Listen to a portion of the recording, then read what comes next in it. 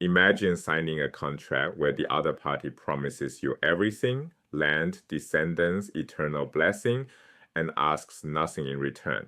No obligations, no fine print, just a gift.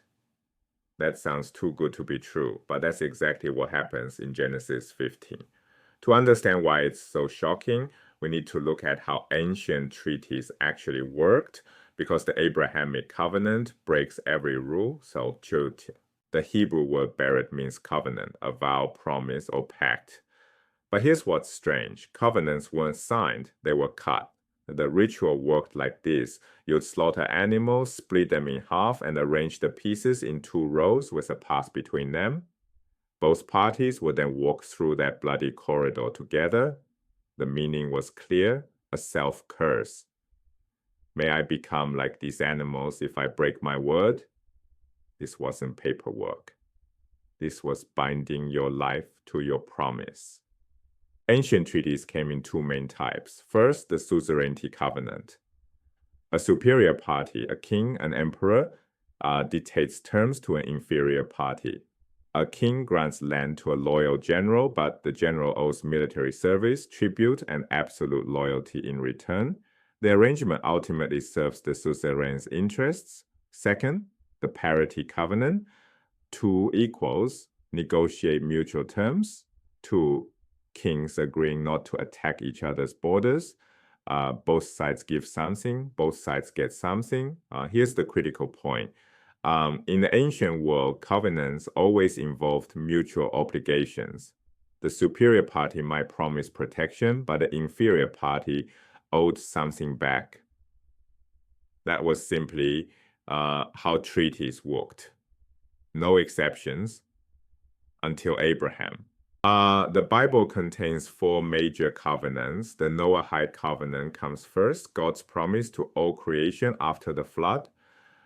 Never again will waters destroy the earth. This covenant is universal. All humanity, all animals, all life. The Abrahamic covenant operates differently. It's particular. One man, one lineage, one specific story. The Noahide covenant establishes God's relationship with creation itself. The Abrahamic covenant begins something new, a chosen line through which blessing will flow. Universal and particular, both remain in effect. They're not replacements, they're complementary. Now let's see what actually happens in Genesis 15. Abraham prepares the sacrifice as expected, a heifer, a goat, a ram, a turtle dove, a pigeon. He cuts them in half and arranges the pieces in rows. Everything follows the standard pattern. Both parties should now walk between the halves together. That's how covenants work. But then something unprecedented happens. A deep sleep falls on Abraham. He doesn't walk, he can't walk, he's unconscious. While Abraham sleeps, a smoking fire pot and a flaming torch, representing God's presence, pass between the animal pieces, alone. The suzerain walks through the corridor of death. The vessel lies sleeping on the ground. This reverses everything we know about ancient treaties. In a suzerainty covenant, the inferior party bears obligations. Here, God, the superior party, binds only himself. Abraham receives land, descendants, blessing.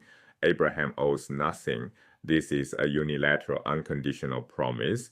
The king has sworn on his own existence to fulfill his word, and the servant simply receives. No ancient audience would have expected this.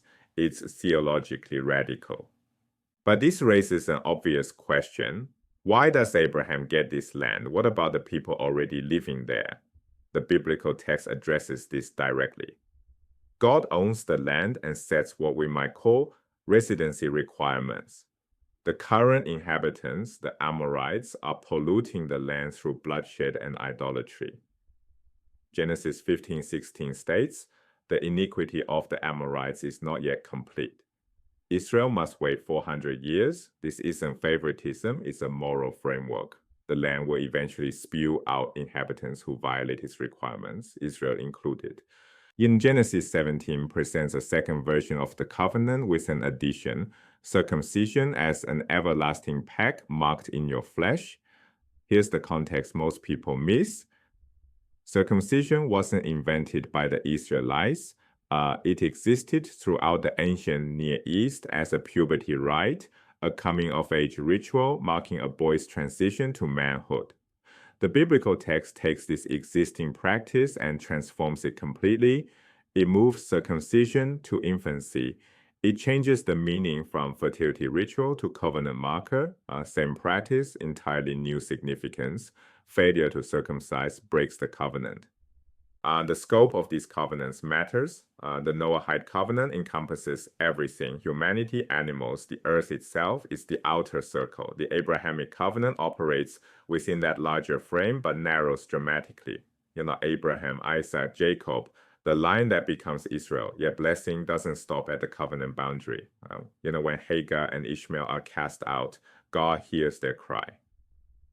Ishmael receives his own promise: I will make him a great nation. The covenant is particular to Isaac's line, but blessing overflows. Ishmael isn't abandoned. He's blessed differently.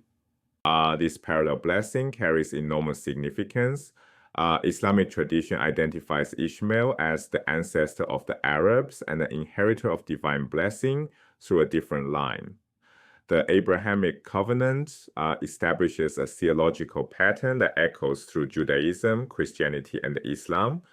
Three traditions, one ancestor, divergent interpretations of what that inheritance means. The tension between universal and particular covenants continues to shape religious thought today. Who belongs? Who receives the promise? These questions emerge directly from the structure of the biblical covenants themselves. The unilateral nature of Genesis 15 raises profound questions. What does it mean for God to bind himself? What kind of relationship is this? In every other ancient treaty, both parties bear obligations. Here, the superior party takes on all risk, while the inferior party receives freely. Understanding ancient treaty patterns illuminates what the biblical authors were claiming and how radical that claim was. They weren't describing a typical divine-human contract. They were describing something that violated every expectation their audience held about how power works, how obligations flow, how relationships between unequals function. When God walked through those animal halves alone, he wasn't just making a promise, he was putting his own existence on the line. That's not a contract, and that's something else entirely.